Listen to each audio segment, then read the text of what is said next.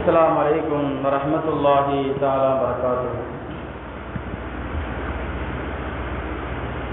نحمده ونصلي على رسول الكريم أما بعد. فقد قال الله تعالى في القرآن العليم في القرآن المجيد: أعوذ بالله من الشيطان الرجيم. بسم الله الرحمن الرحيم. خلق الإنسان علمه البيان. صدق الله العلي العليم. قال رسول الله صلى الله عليه وسلم: والمؤمن من أمنه الناس على أموالهم وأنفسهم، أو كما قال رسول الله صلى الله عليه وسلم. قال ربي اشرح لي صدري ويسر لي أمري واحلل عقدة من لساني يفقهوا قولي. ربي زدني علما ربي زدني علما ربي زدني علما وارزقني فهما. سبحانك لا علم لنا إلا ما علمتنا إنك أنت العليم الحكيم. لا إله إلا أنت سبحانك إني كنت من الظالمين. لا حول ولا قوة إلا بالله العلي العليم. اللهم صل على محمد وعلى آل محمد كما صليت على إبراهيم وعلى آل إبراهيم إنك حميد مجيد. أو كما قال رسول الله صلى الله عليه وسلم. புகழ் அனைத்தும் அல்லாஹ் ஒருவனுக்கே சொந்தம். சலாத்தும் சலாமும் எம்பெருமானார் முஹம்மது முஸ்தபா கரீம் ஸல்லல்லாஹு அலைஹி வஸல்லம் அவர்கள் மீதும், அவர்களை அப்படியே பின்பற்றி வாழ்ந்து மறைந்த சத்திய சஹாபாக்கள், தாபிஈன்கள், தபா தாபிஈன்கள், நல்லவர்கள், ஷஹதாக்கள், வலிமார்கள், ஷேகுமார்கள், குதுமார்கள், உலமா பெருமக்கள், இந்த சிறப்புமிக்க ஜும்மாவிலே அமர்ந்திருக்கும் நம்முடைய அனைவர்கள் மீதும் அல்லாஹ்வுடைய கருணை எப்பொழுது நின்று நிலவட்டுமாக. ஆமீன் யா ரப்பல் ஆலமீன். அன்புக்குரிய பெரியோர்களே, சகோதரிகளே, தாய்மார்களே, இந்த ஜும்மா வரையில் கண்ணியம் என்ற ஒரு தலைப்பின் கீழ் உங்களிடம் பகிர்ந்து கொள்ள நான் ஆசைப்படுகிறேன். அன்புக்குரிய பெரியோர்களே, சகோதரிகளே, தாய்மார்களே, அல்லாஹ் சுப்ஹானஹு வ தஆலா திருமறையிலே சொல்வதை போல ஹலக்கல் இன்சான் அல்லமஹுல் பயான், அவனே மனிதர்களை படைத்தான், அவனுக்கு பேசவும் அல்லாஹ் கற்றுக் கொடுத்தான். அல்லாஹ் சுப்ஹானஹு வ தஆலா ஒரு மனிதனுக்கு தன்னுடைய வாழ்க்கையில் அவனுடைய கண்ணியத்தை உயர்த்துவதும் அவனுடைய கண்ணியத்தை தாழ்த்துவதும் அவனுடைய பேச்சு என்று அல்லாஹ் சொல்லி காட்டுகிறான். எந்த அளவுக்கு என்றால் அல்லாஹ் சுப்ஹானஹு வ தஆலா சொல்லி காட்டுகிறான், கண்ணியமான முறையில் என்னை நீங்கள் அழையுங்கள். கண்ணியமாக என்னை அழைத்தால் நான் உங்களுக்கு பதில் தருகிறேன் என்று அல்லாஹ் சுப்ஹானஹு வ தஆலா சொல்லி காட்டுகிறான். கண்ணியமாக எப்படி அழைப்பது? வல திக்ருல்லாஹி அக்பர், அல்லாஹ்வை திக்ர் மூலமாக அல்லாஹ்வை அழைப்பது. வாகீமு ஸலாத்த வாத்து ஜகாத்த, தொழுகை மூலியமாக, ஜகாத்து மூலியமாக, தர்மத்தின் மூலியமாக, நோன்பின் மூலியமாக அல்லாஹ்வை நாம் கண்ணியமாக அல்லாஹ்வை நாம் அழைக்க வேண்டும். யார் தொழுகையை கொண்டு என்னிடத்தில் யார் உதவி தேடுகிறார்களோ அவர்களுக்கு நான் உதவி செய்கிறேன், தொழுகை மூலியமாக அவருடைய கண்ணியத்தை நான் உயர்த்துகிறேன் என்று அல்லாஹ் சுப்ஹானஹு வ தஆலா சொல்லி காட்டுகிறான். இப்படியாக அல்லாஹ்வை நாம் அழைக்கும் போது, கண்ணியமான முறையில் அல்லாஹ்வை அழைத்தால் அல்லாஹ் நம்மளுக்கு பதில் தருகிறான். அல்லாஹ்வை மறந்துவிட்டால் அல்லாஹ் நம்மளை மறந்து விடுவான். அப்ப அல்லாஹ் நம்மளுக்கு பேச்சாற்றலை கொடுத்திருக்கிறான். நான் மக்களிடம் பேசும்போது அழகான முறையில் நான் பேச வேண்டும், நல்ல வார்த்தைகளோடு நான் பேச வேண்டும். நல்ல வார்த்தைகளோடு பேசினால் மக்கள் நம்மளுக்கு ஒரு கண்ணியத்தை கொடுப்பார்கள். அந்த பேச்சின் காரணமாக அல்லாஹ் நம்மளை மறுமையில் உயர்த்தி காட்டுவான். உமர் பின் கத்தாப் ரலியல்லாஹு தஆலா அன்ஹு அவர்கள் மதீனாவுடைய வீதியில் நடந்து வருகிறார்கள். நடந்து வரும்போது எதிர்ப்புறமாக ஒருவர் வருகிறார்.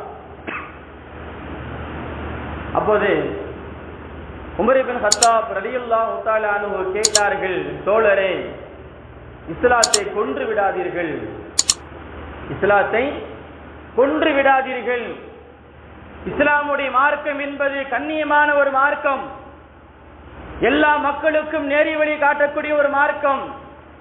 அந்த மார்க்கத்தை நீங்கள் கொன்று விடாதீர்கள் என்று உமர் ரலியல்லாஹு தஆலா அவர் சொல்லும் போது அந்த சஹாபிக்கு ஒண்ணுமே புரியல. உமர் அவர்களை நான் உங்களுக்கு கண்ணியம் கொடுக்குகிறேன். உமர் ரலியல்லாஹு தஆலா சொன்னார்கள், கண்ணியம் என்பது உங்களுடைய மனதில் இருந்தால் மட்டும் போதும். எனக்காக வேண்டி முன்னோர்கள் வாழ்ந்ததை போல கைகட்டி நிற்பதற்கு நான் அனுமதிக்க மாட்டேன், எனக்கு தலை குனிவதை நான் அனுமதிக்க மாட்டேன், எனக்கு ஆளு கீழாக இருப்பதை நான் அனுமதிக்க மாட்டேன்.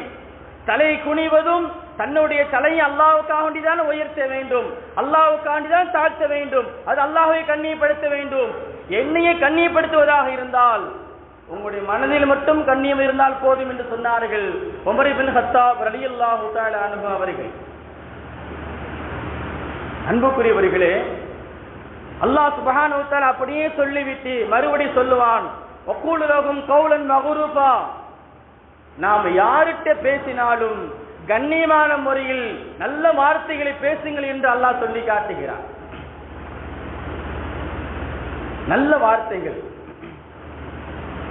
நல்ல வார்த்தைகள் என்ன நிறைய இருக்குது, நம்மளுக்கு தெரியும். நல்ல வார்த்தை எது, கெட்ட வார்த்தை எது என்று நம்மளுக்கு தெரியும். நல்ல வார்த்தைகளோடு நான் பேசினால், மக்களிடத்தில் பழகினால் அல்லாஹ் நம்மளை கண்ணியப்படுத்துவான். ரசூலுல்லாஹி ஸல்லல்லாஹு அலைஹி வஸல்லம் அவர்கள் மதீனாவில ஆதி இப்னு ஹாதிம் என்று சொல்லக்கூடிய மகளார் சஃபானா என்று சொல்லக்கூடிய ஒரு பெண்மணியுடைய கூட்டத்தார்கள் மதீனா வாசிகளை அழைப்பதற்காக வேண்டி உள் வந்தார்கள். உள்ளே வரும்போது மதீனா வாசிகள் போர் செய்து அவர்களை சிறைப்பிடித்து விட்டார்கள். மஸ்ஜித் நபவி ஒரு கூரைக்கு ஒரு கூடாரம், அந்த கூடாரத்தில் அந்த இருக்கக்கூடிய அனைத்து மக்களையும் உள்ள போட்டு அடைச்சிட்டாங்க. அடைச்ச உடனே ரசூலுல்லாஹி ஸல்லல்லாஹு அலைஹி வஸல்லம் அவர்கள் மஸ்ஜித் நபவி பள்ளிவாசல் வாசல் வழியாக நடந்து வருகிறார்கள். நடந்து வரும்போது அந்த சஃபானா என்று சொல்லக்கூடிய அந்த பெண்மணியுடைய குரல் சத்தம் வெளியே கேட்கிறது, எங்களை யாராவது காப்பாற்றுங்கள், நாங்கள் கண்ணியமானவர்கள், என்னுடைய தந்தை கண்ணியமானவர், என்னுடைய தந்தை யாரும் பசியை பொறுக்க மாட்டார், என்னுடைய தந்தை ஏழைகளுக்கு உதவி செய்யக்கூடியவர்கள், யாரும் வந்து என்னுடைய தந்தையிடத்தில் வந்து நின்றால் இல்லை என்று சொல்ல மாட்டார், அந்த அளவுக்கு என்னுடைய தந்தை கண்ணியமானவர்கள், ஏழைகளுக்கு உதவி செய்யக்கூடியவர்கள், வார்த்தைகள் கண்ணியமானவர்கள் என்று தன்னுடைய தந்தையுடைய குடும்பத்தாரை பற்றி புகழ்ந்து கண்ணியமாக பேசிக் கொண்டிருக்கிறார். பேசிக் கொண்டிருக்கும் போது ரசூலுல்லாஹி ஸல்லல்லாஹு அலைஹி வஸல்லம் அவர்கள் அந்த வழியாக 3 நாட்கள் நடந்து வந்தார்கள். காது கொடுத்து கேட்கவில்லை, 3வது முறையாக காது கொடுத்து கேட்டார்கள். காது கொடுத்து கேட்டுவிட்டு மதீனாவில் இருந்த சில சஹாபாக்களுக்கு உத்தரவு போட்டார்கள், அந்த பெண்ணை மட்டும் நீங்கள் விடுதலை செய்யுங்கள். கைதிகளாக பிடிக்கப்பட்ட ஒட்டுமொத்த மக்களையும் விட்டு அந்த ஒரு பெண்ணை, ஆதி இப்னு ஹாத்திம் என்று சொல்லக்கூடிய அவருடைய பெண்ணை மட்டும் நீங்கள் விட்டுவிடுங்கள் என்று சொல்லும் போது அந்த பெண்ணை மட்டும் வெளியே கொண்டு வராங்க. வெளியே கொண்டு வந்த உடனே ரசூலுல்லாஹி ஸல்லல்லாஹு அலைஹி வஸல்லம் வீட்டுக்கு போயிட்டாங்க. வீட்டுக்கு போனா அந்த பெண்மணி வாசல்ல வந்து நிக்கிறாங்க. யார சூழல்லாம் இரவு நேரம் வாசல்ல அந்த பெண்மணி நிக்கிறாங்க. ரசூலுல்லாஹ்வுடைய பெயர் சொல்லி கூப்பிட்ட உடனே ரசூலுல்லாஹ் வெளியே வராங்க. வந்து என்னம்மா, நான் உங்களை விடுதலை செஞ்சது நீங்க போகலாம். இல்லை யார சூழல்லாம்,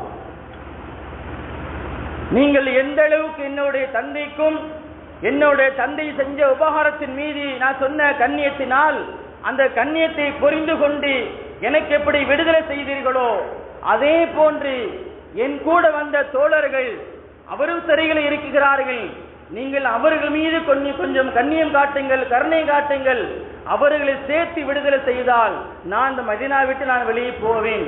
இவர்களை சேர்த்து அனுப்பவில்லை என்றால் என்னையும் சேர்த்து சிலைகளை அடைத்து விடுங்கள் என்று அந்த சஃபானா என்ற அந்த பெண்மணியை சொல்லிவிட்டார்கள்.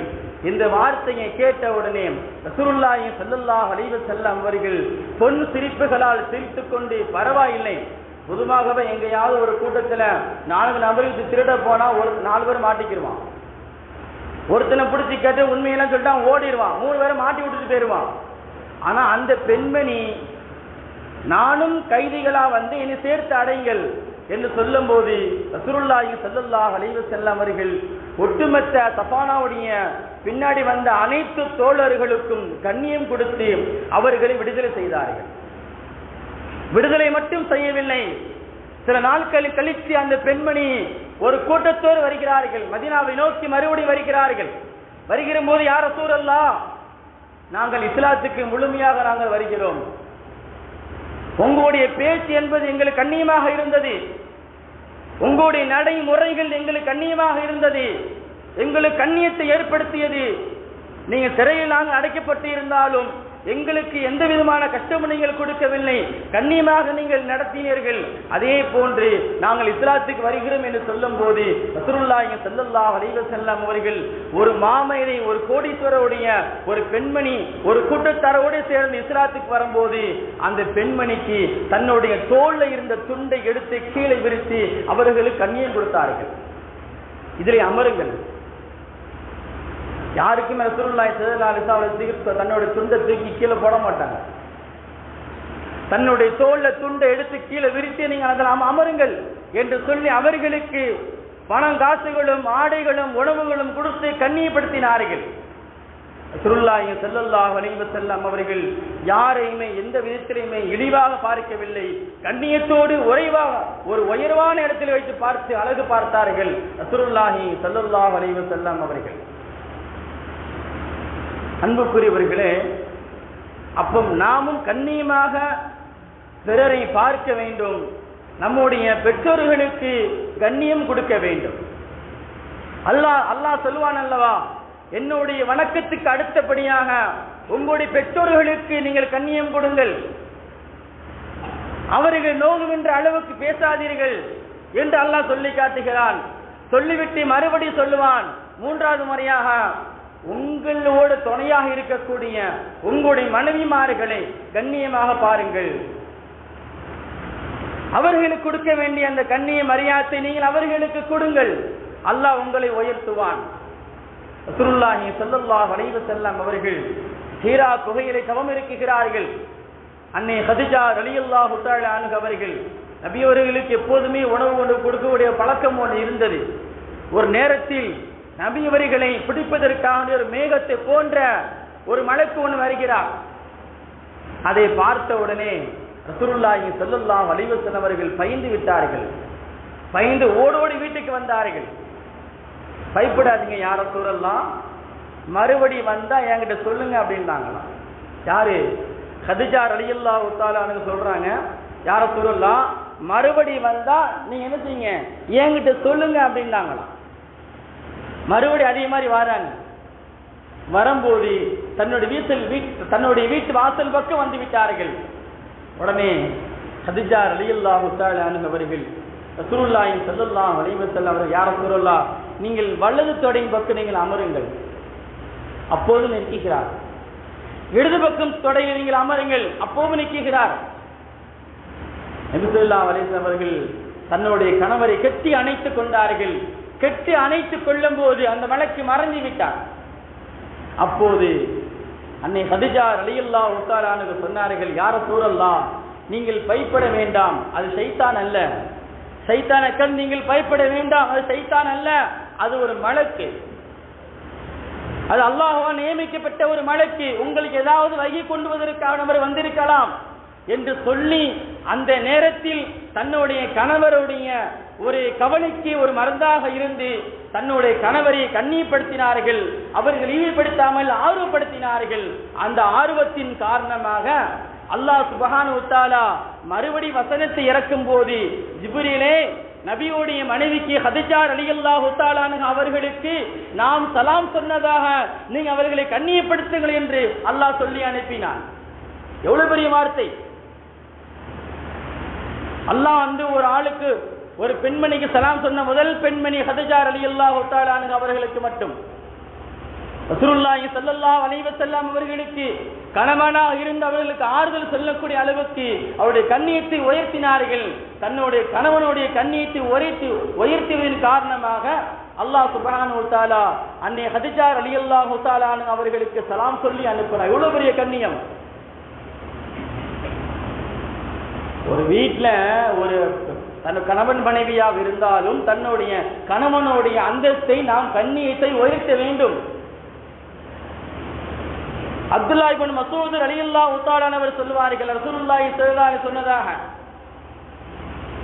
உங்களை யார் ஒரு கணவன் எந்த ஒரு பெண்மணி தன்னுடைய கணவனை நோவினை செய்கிறார்களோ, ஒரு பெண் தன்னுடைய கணவனை யார் நோவினை செய்கிறார்களோ, சொர்க்கத்தில் இருக்கக்கூடிய ஊரின் பெண்கள் சொல்வார்களாம், பெண்ணே நீ அல்லாஹ்வுக்கு பயந்து கொள், அவர்கள் உன்னிடத்தில் மட்டும் சில நாட்களாக விருந்தாளியாக அவர்கள் இருக்கிறார்கள், மறுமைக்கு வந்துவிட்டால் உங்களை விட்டு எனக்கு சொந்தமாகி விடுவார் என்று அந்த ஹூரின் பெண்கள் சொல்வார்களாம்.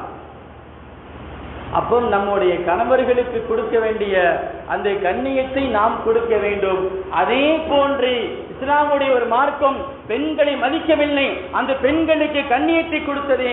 அதே போன்ற ஆண்களும் தன்னுடைய தாயாக இருந்தாலும் சரி, தன்னுடைய சகோதரியாக இருந்தாலும் சரி, தன்னுடைய மனைவியாக இருந்தாலும் சரி, அவர்களுக்கு கொடுக்க வேண்டிய கண்ணியத்தை மரியாதை நாம் கொடுத்தால் சொர்க்கம் அடையலாம் என்று ரசூலுல்லாஹி ஸல்லல்லாஹு அலைஹி வஸல்லம் அவர்கள் சொல்லி காட்டுகிறார்கள். அன்புக்குரியவர்களே, அப்போ நாம் கண்ணியத்தோடு வாழ வேண்டும்.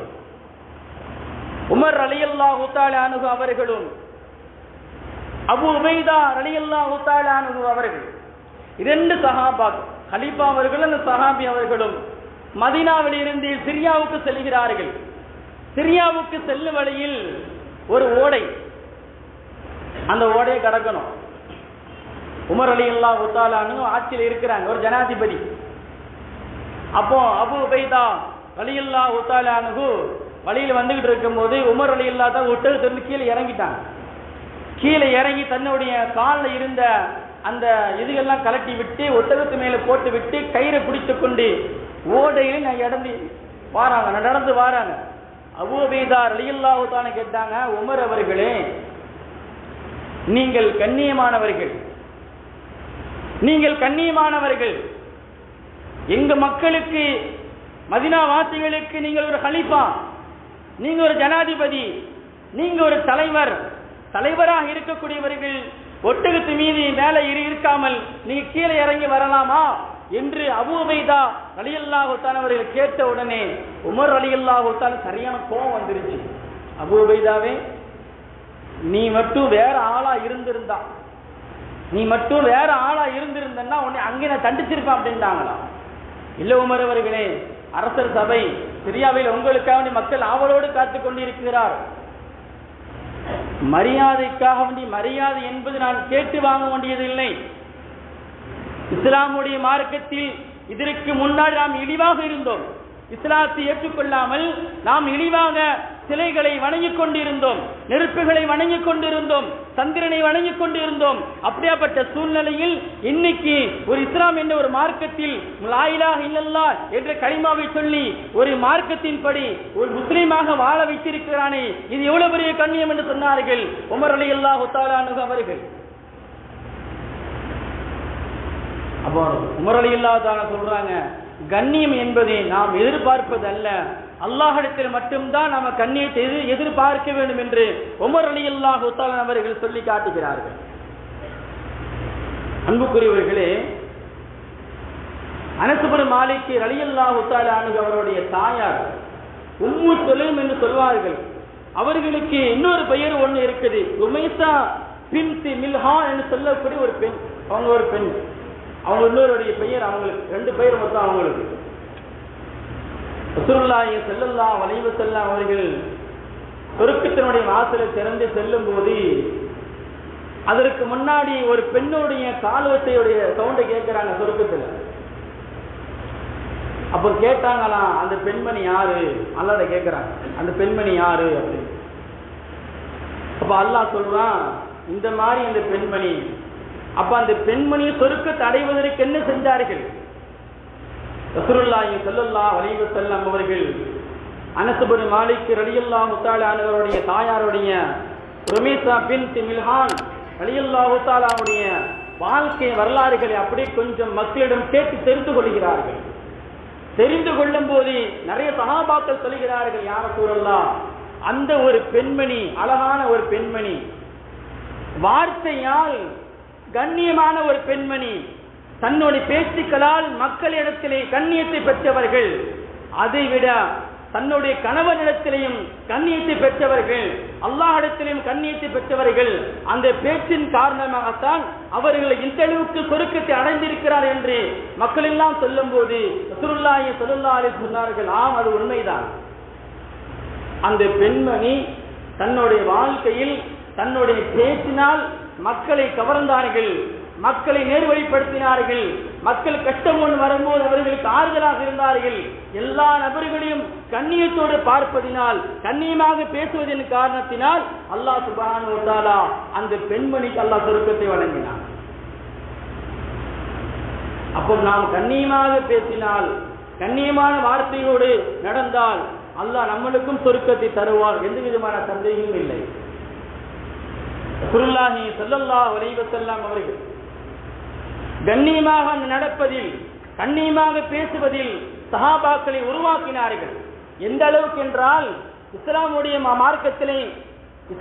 மார்க்கத்தை ஏற்றுக்கொண்ட நிறைய சஹாபாக்கள் கஷ்டப்பட்டார்கள். கடுமையான கஷ்டம், வேதனை, கடுமையான வேதனை. அந்த மாதிரி சூழ்நிலையில கப்பாப்பா ரலியல்லாஹு தஆலா அன்ஹு என்ற ஒரு நபித்தோழர் ரசூலுல்லாஹி ஸல்லல்லாஹு அலைஹி வஸல்லம் ஓடோடி வருகிறார்கள். யா ரசூலல்லாஹ், யா ரசூலல்லாஹ், எங்களுக்காக வேண்டி நீங்கள் துஆ செய்யுங்கள், எங்களுக்காக வேண்டி துஆ செய்யுங்கள், அல்லாஹ்விடத்திலே உதவி தேடுங்கள் என்று சொல்லும் போது ரசூலுல்லாஹி ஸல்லல்லாஹு அலைஹி வஸல்லம் அவர் சொன்னார்கள், கப்பாவே, கொஞ்சம் பொறுமையாக இருங்கள். இதற்கு முன்னாடி இஸ்லாத்தை ஏற்றுக்கொண்டவர்கள் இரும்பு நாடை கொண்டு மண்டையை பிளந்தார்கள், இரும்பை கொண்டு மண்டையை உடைத்தார்கள்.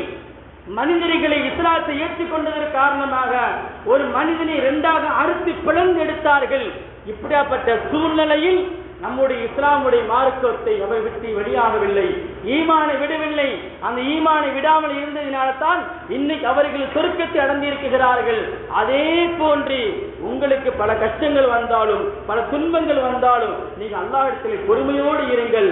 அந்த பொறுமையின் காரணமாக இந்த மார்க்கம் உங்களை கண்ணியப்படுத்தும் என்று சொன்னார்கள் ரசூலுல்லாஹி ஸல்லல்லாஹு அலைஹி வஸல்லம் அவர்கள்.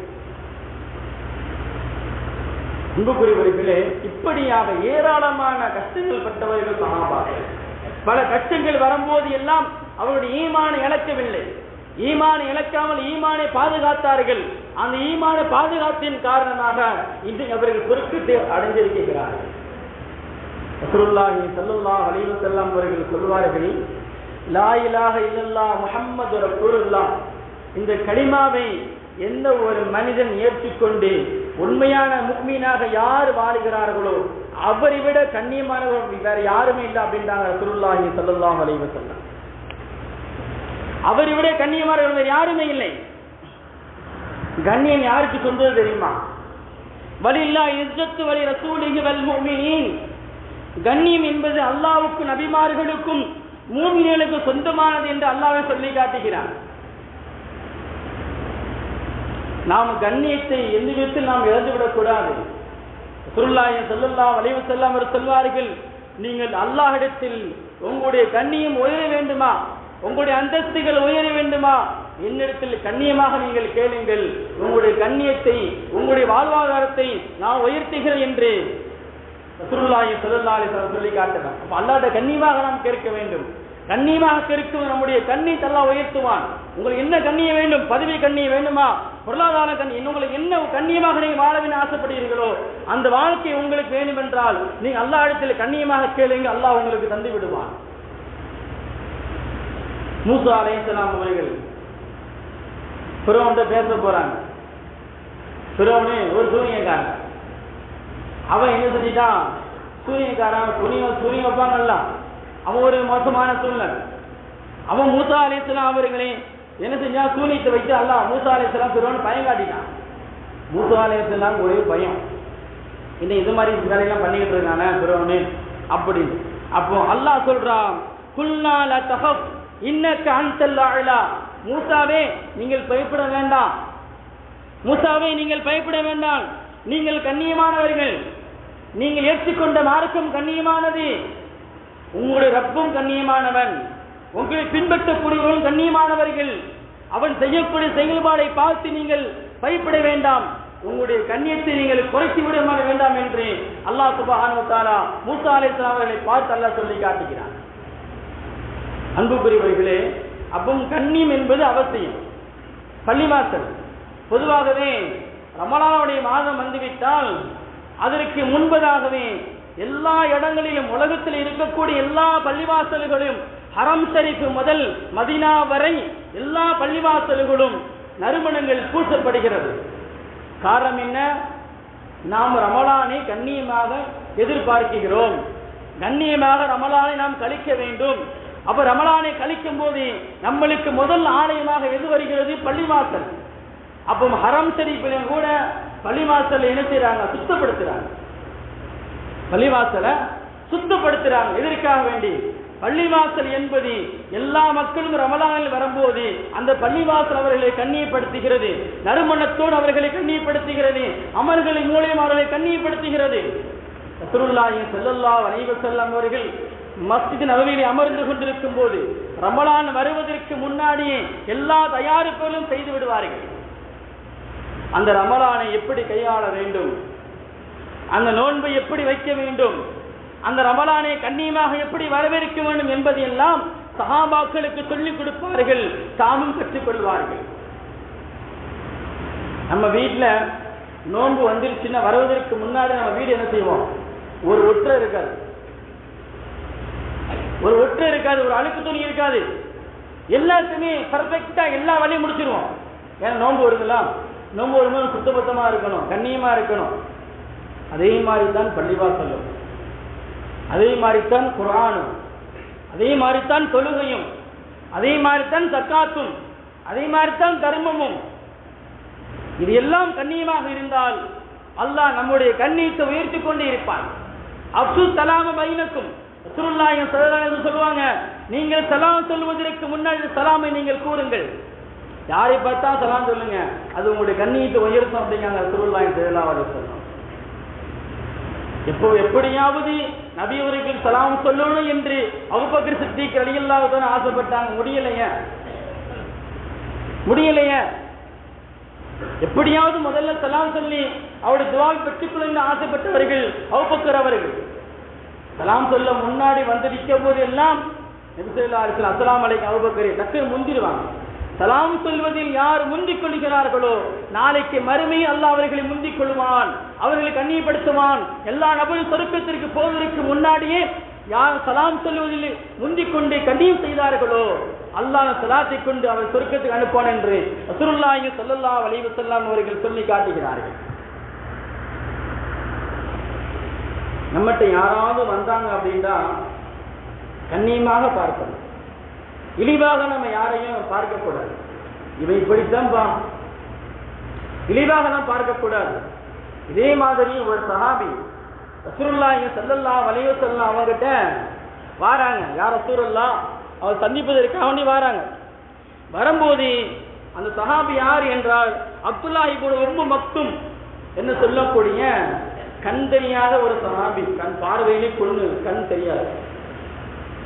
சபையில வந்து நிற்கும் போதெல்லாம் ரசூலுல்லாஹ் வந்து அவங்கள பொறுப்படுத்தாங்க.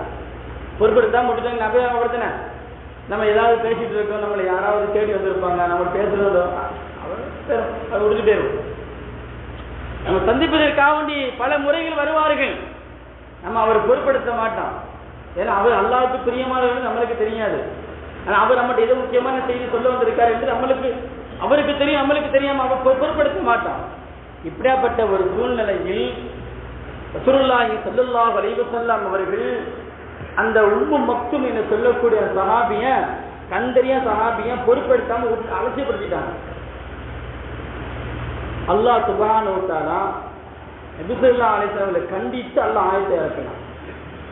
அந்த ஆயத்து அந்த குர்ஆனுடைய வசனம் என்பது உம்மு மக்தும் ரலியல்லாஹு தஆலா குர்ஆன் கண்ணியப்படுத்துகிறது.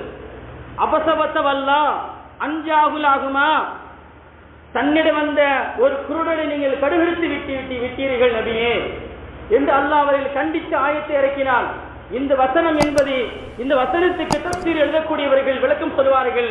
உம்மு மக்தும் ரலியல்லாஹு தஆலா குர்ஆன் அவரை கண்ணியப்படுத்தியது என்று அவர்கள் சொல்லி காட்டுகிறார்கள். அப்போது ரசூலுல்லாஹி ஸல்லல்லாஹு அலைஹி வஸல்லம் மறுபடி கூப்பிட்டு கண்ணியம் செஞ்சாங்க. அவர்களை பார்த்து கண்ணியம் கொடுத்தார்கள். அப்போ நாம் எந்த விதத்திலையும் யாரையுமே நாம் என்ன செய்யக்கூடாது, இழிவாகவோ நாம் யாரையும் பார்க்க கூடாது. யாராக இருந்தாலும் சரி, நம்ம அண்ணனா இருக்கட்டும், தம்பியா இருக்கட்டும், தங்கச்சியா இருக்கட்டும், அக்காவா இருக்கட்டும், ஊர்ல உள்ளவர்களாக இருக்கட்டும், சொந்த பந்தம் யாரா இருக்கட்டும், மனைவியா இருக்கட்டும், நாம் எல்லா நபர்களுமே ஒரே மாதிரி கண்ணியமாக பார்த்தால் அல்லாஹ் நம்மளை கண்ணியமாக பார்ப்பார். ரசூலுல்லாஹி ஸல்லல்லாஹு அலைஹி வஸல்லம் அவர்கள் எல்லா நபர்களும் மீனாவில ஒன்னா கூடி இருக்கிறாங்க. மீனாவில ஒன்னா கூடி இருக்கும் போது ரசூலுல்லாஹ் கேட்டாங்க, இது என்ன நாள்? யா ரசூலுல்லாஹ், இது அல்லாஹ்வும் அல்லாஹ்வுடைய தூதரும் அறிந்தவர்கள். இது எப்படியாப்பட்ட மாசம்? அல்லாஹ்வும் அல்லாஹ்வுடைய தூதரும் அறிந்தவர்கள். இப்படியாக சொல்லிட்டே போகும்போது அதே போலத்தான் ஒரு மனிதனுடைய கண்ணியமும் கண்ணியமானது என்று சொன்னார்கள் ரசூலுல்லாஹி ஸல்லல்லாஹு அலைஹி வஸல்லம். ஒரு மனிதனுடைய கண்ணியத்தை யார் பாதுகாக்கிறார்களோ அல்லாஹ் அவர்களுக்கு சொர்க்கத்தை கொடுக்கிறான் என்று ரசூலுல்லாஹி ஸல்லல்லாஹு அலைஹி வஸல்லம் அவர்கள் சொல்லி காட்டுகிறார்கள். எந்த அளவுக்கு என்றால், நம்மளுக்கு கோபம் வரும். ஏதாவது ஒன்று பேசும்போது நம்ம பேசிக்கிட்டே இருப்போம், கோபம் வரத்தான் செய்யும். அந்த கோபத்தை கட்டுப்படுத்தணும். அந்த கோபத்தை கட்டுப்படுத்தினா அல்லாஹ் நம்மளை கண்ணியமாக அல்லாஹ் பார்க்கணும். அந்த கோபத்தை விட்டு நாம் கொஞ்சம் விலகணும், கட்டுப்படுத்தணும். ஒரு மனுஷனா இருந்தா கோபம் வரணுமா இல்லையா? அதான் சொல்லுவாங்களா ஒரு பழமொழி, பல்லாக்கு ஏறுவது வாயால, பல்லு உடவுவது வாயால என்று சொல்லுவாங்க அல்லவா? அதே போல் நாம் பேசக்கூடிய பேச்சுகளும் கவனமாக இருக்கணும். நம்ம யார்கிட்ட எப்படி பேசுறோம், எப்படி இருக்கிறோம், எப்படி பழகிறோம், எந்த விதத்தில் இருக்கிறோம் அப்படிங்க எல்லாத்தையும் பார்க்கணும். திடீர்னு கோபம் வந்துடும், ஏதாவது ஒன்று பேச தெரியும் அடிச்சிருவாரு. அப்ப ரசூலுல்லாஹி ஸல்லல்லாஹு அலைஹி வஸல்லம் சொன்னாங்க, மன் ஸலம கைலன், யார் கோபத்தை கட்டுப்படுத்திக் கொண்டார்களோ நாளைக்கு மறுமையில் அவர்களை அழைக்கப்படுவார். அவர்களை அழைக்கப்பட்டு எல்லா மலக்குமார்களும் அவர்கள் யார் என்று கேட்பார்கள். அப்போது அல்லாஹ் சொல்வானா, இவர் எனக்காக வேண்டி கோபத்தை கட்டுப்படுத்திக் கொண்டவர்கள், கோபத்தை மெண்டி விழுங்கியவர்கள். எந்த கஷ்டம் வந்தாலும், எவ்வளவு பெரிய பிரச்சனைகள் வந்தாலும் கோபத்தை எல்லாம் கட்டுப்படுத்திக் கொண்டு அவர்கள் இருந்தார். கோபத்தை கட்டுப்படுத்தி கொண்டவர்களுக்கு அல்லாஹ் சுப்ஹானஹு வ தஆலா முதல்ல சுருக்கத்தை கொடுக்கிறான் என்று ரசூலுல்லாஹி ஸல்லல்லாஹு அலைஹி வஸல்லம் அவர்கள் சொல்லி காட்டுகிறார். எவ்வளவு பெரிய கண்ணியம்! ரசூலுல்லாஹ் சொல்றாங்க, கோபத்தை கட்டுப்படுத்தினால் அவர் அல்லாஹ்விடத்தில் கேட்கும்போது அவர் எதை கேட்கிறார்களோ, எதை நாடி கேட்கிறார்களோ அல்லாஹ் அவர்களுக்கு கொடுத்து கொண்டே இருப்பான் என்று ரசூலுல்லாஹி ஸல்லல்லாஹு அலைஹி வஸல்லம் அவர்கள் சொல்லி காட்டுகிறார்கள். அன்புக்குரியவர்களே, அப்போ நம்முடைய வாழ்க்கையில் நாம் எவ்வளவோ பல பிரச்சனைகள் எல்லாம் சந்தித்திருப்போம். அப்படி இருந்தாலும் நம்முடைய கண்ணியத்தை அல்லாஹ்விடத்திலே கேட்க வேண்டும். யா அல்லாஹ், என்னுடைய கண்ணியத்தை உயர்த்துவாயாக, மக்கள் மத்தியில் என்னை இழிவாக நீ ஆக்கி விடாது என்று நாம் அல்லாஹ்விடத்தில் கேட்க வேண்டும். ரசூலுல்லாஹி ஸல்லல்லாஹு அலைஹி வஸல்லம் அவர்கள் அப்படித்தான் சொன்னார்கள். அல்லாஹ்விடத்தில் உங்களுக்கென்ற ஒரு கண்ணியத்தை நீங்கள் கேளுங்கள், அல்லாஹ் உங்களை கண்ணியப்படுத்துவான். 5 நேரம் தொழுவுங்க, அந்த தொழுகை மூலியம் அல்லாஹ் உங்களை கண்ணியப்படுத்துவான். நோன்பு கண்ணியப்படுத்துங்க, அந்த நோன்பு மூலியம் அல்லாஹ் உங்களை கண்ணியப்படுத்துவான். நீங்க ஜக்காத்து கொடுங்க, அந்த ஜக்காத்து மூலியம் அல்லாஹ் உங்களை கண்ணியப்படுத்துவான். நீங்க தர்மம் கொடுங்க, தர்மத்தின் அல்லாஹ் உங்களை கண்ணியப்படுத்துவான். நீங்க குர்ஆன் ஓதுங்க, அந்த குர்ஆன் மூலியம் அல்லாஹ் உங்களை கண்ணியப்படுத்துவான். நல்ல வார்த்தைகளை பேசுங்க, அந்த வார்த்தைக்கு மூலியம் அல்லாஹ் உங்களை கண்ணியப்படுத்துவான். மற்றவர்களுக்கு உதவி செய்யுங்க, அந்த உதவி மூலியம் அல்லாஹ் உங்களை கண்ணியத்தை உயர்த்துவான். அப்போ கண்ணியத்தை நாம் அல்லாஹ்விடத்தில் கேட்க வேண்டும். யா அல்லாஹ், எனக்கு வழங்கப்பட்ட கண்ணியத்தை உயர்த்துவாயாக, மக்கள் மத்தியில் என்னை இழிவாக ஆக்கி விடாதே என்று நாம் அல்லாஹ்விடத்தில் கேட்க வேண்டும்.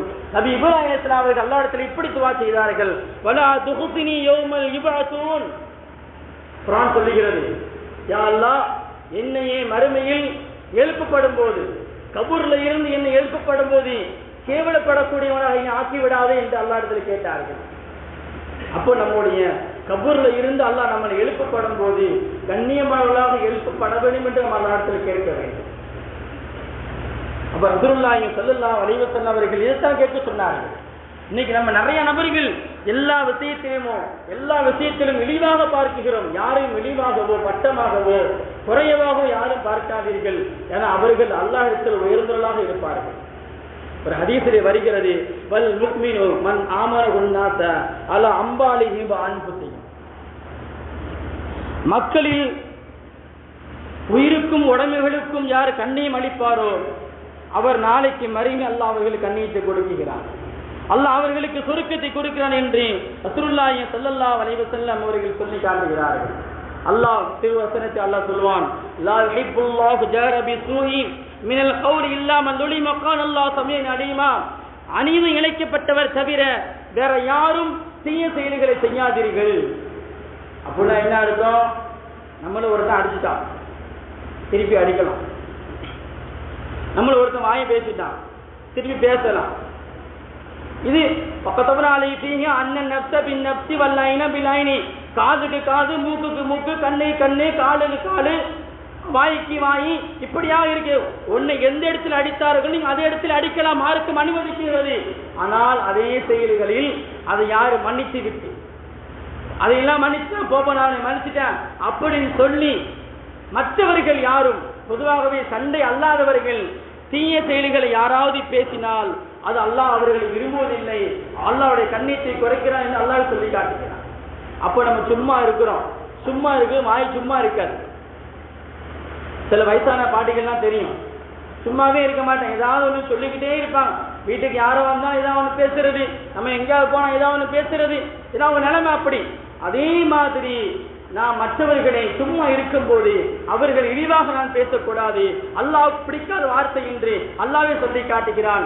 ரசூலுல்லாஹி ஸல்லல்லாஹு அலைஹி சொல்றாங்க, யார் இந்த உலகத்திலே வாழும் போது தொழுகையும் நோன்பையும் ஜகாத்தையும் தர்மத்தையும் எல்லாத்தையும் கண்ணியமாக யார் பார்க்கிறார்களோ அவ அனைத்தும் அல்லாஹ் அவர்களுக்கு கண்ணியத்தை, அது மூலியமா அல்லாஹ் அவர்களுக்கு கண்ணியம் கிடைக்கிறது. அதே போன்று பிறருடைய கண்ணியத்தையும் யார் பாதுகாக்கிறார்களோ அந்த கண்ணியம் இவருடைய கண்ணியத்தை பாதுகாக்கிறது என்று ரசூலுல்லாஹி ஸல்லல்லாஹு அலைஹி சொன்னது மாதிரி அல்லாஹ் நல்லா நம்முடைய வாழ்க்கையில் எல்லாருடைய கண்ணியத்தையும் பாதுகாத்து வரக்கூடிய ரமலான் மாதத்தையும் கண்ணியமாக எதிர்கொண்டு அதில் செய்யக்கூடிய அனைத்து அமல்களையும் அல்லாஹ்வுக்காக வேண்டி கண்ணியமாக செஞ்சு அந்த கண்ணியத்தின் மூலியமாக ஒவ்வொரு சஹாபாக்களும் எவ்வளவு பெரிய அந்தஸ்து பெற்றார்களோ அதே போடு நன்மக்களாக மேன்மக்களாக வாழக்கூடிய பாக்கியத்தின் கண்ணியமான முறையில் வாழக்கூடிய பாக்கியத்தை வல்லோன் அல்லாஹ் உங்களுக்கு எனக்கும் இந்த ஒரு வாசையும் அல்லாஹ் வழங்கி அருள் புரிவானாக. ஆமீன். வாஹிரு தஅவானா அல்ஹம்துலில்லாஹி ரப்பில் ஆலமீன். அஸ்ஸலாமு அலைக்கும் வரஹ்மத்துல்லாஹி தஆலா வபரகாத்துஹு.